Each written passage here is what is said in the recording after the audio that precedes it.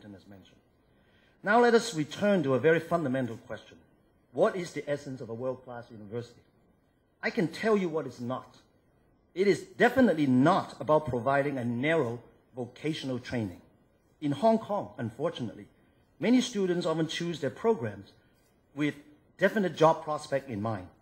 But in these fast-changing times, how many people stay in their first job, or even their second or third job? So, if not for vocational readiness, what kind of student do we want to accept or educate? We look for and we will train students who can think critically, creatively, independently, and see the big picture.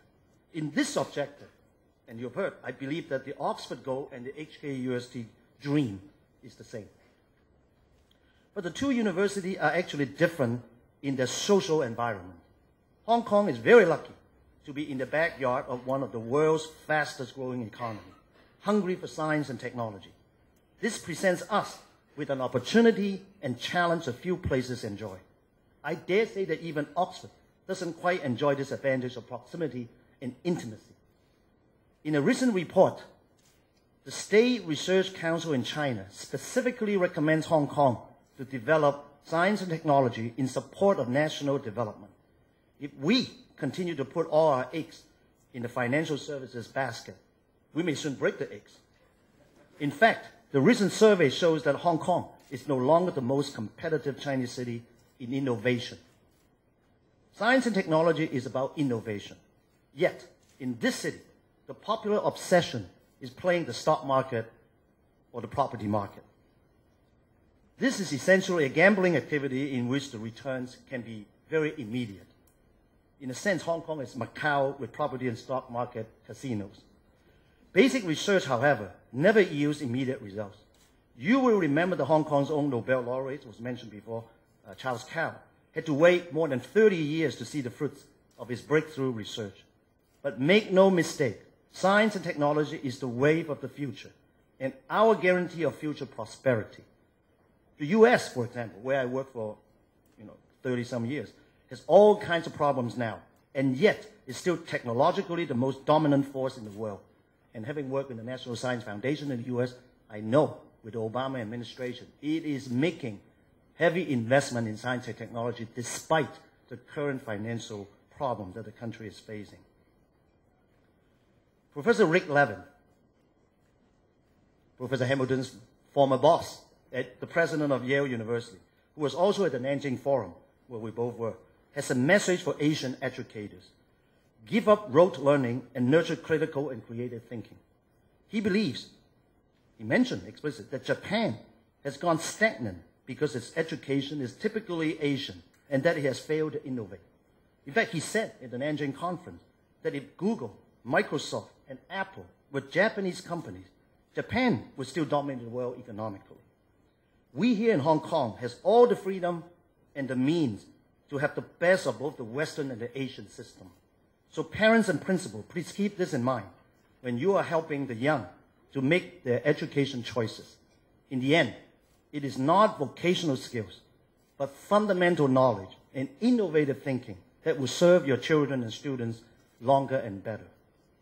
To most people in Hong Kong, science and technology is something remote and abstract. Some say that if you cannot plug it into a wall socket, it is not science.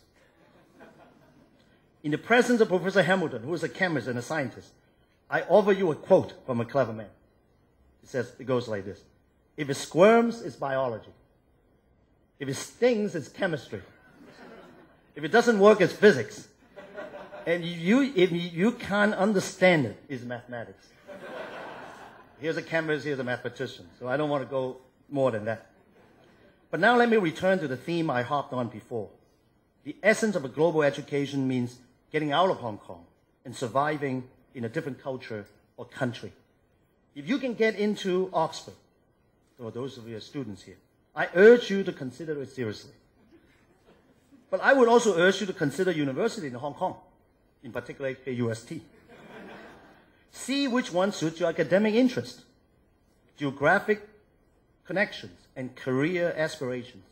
What would be a simple choice 40 years ago when I got out of school, even 20 years ago, deserves a more nuanced consideration in this age of what Yale President Levin calls the rise of Asian universities. That was the title of a speech he delivered to the Royal Society a couple of months ago. For the principals, teachers, and education officials sitting in the audience, I have this to say. Hong Kong is in the midst of reforming its secondary and tertiary education. We can only succeed at the university level when you succeed in the secondary schools. Don't forget this is called 3-3-4.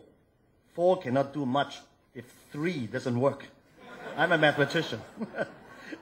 You are our partner in education. For my part, I solemnly pledge that I will do all I can to see that HKUST continues to climb higher as a world-class university through research mentorship, innovative training, and the most selective international recruitment. And now in closing, I offer a story that Professor Hamilton himself told at his installation last October. We did our homework. He said that 2 hikers were being chased by a bear. One of them quickly put on his sports shoes. The other told him not to bother because he could never outrun the bear. But his friend said, I don't have to run faster than the bear. I only have to outrun you. Well, ladies and gentlemen, at HKUST, we want to run faster than the bear. And that's why I hope one day we will catch up to old Oxford. I just hope it won't take 900 years. Thank you very much.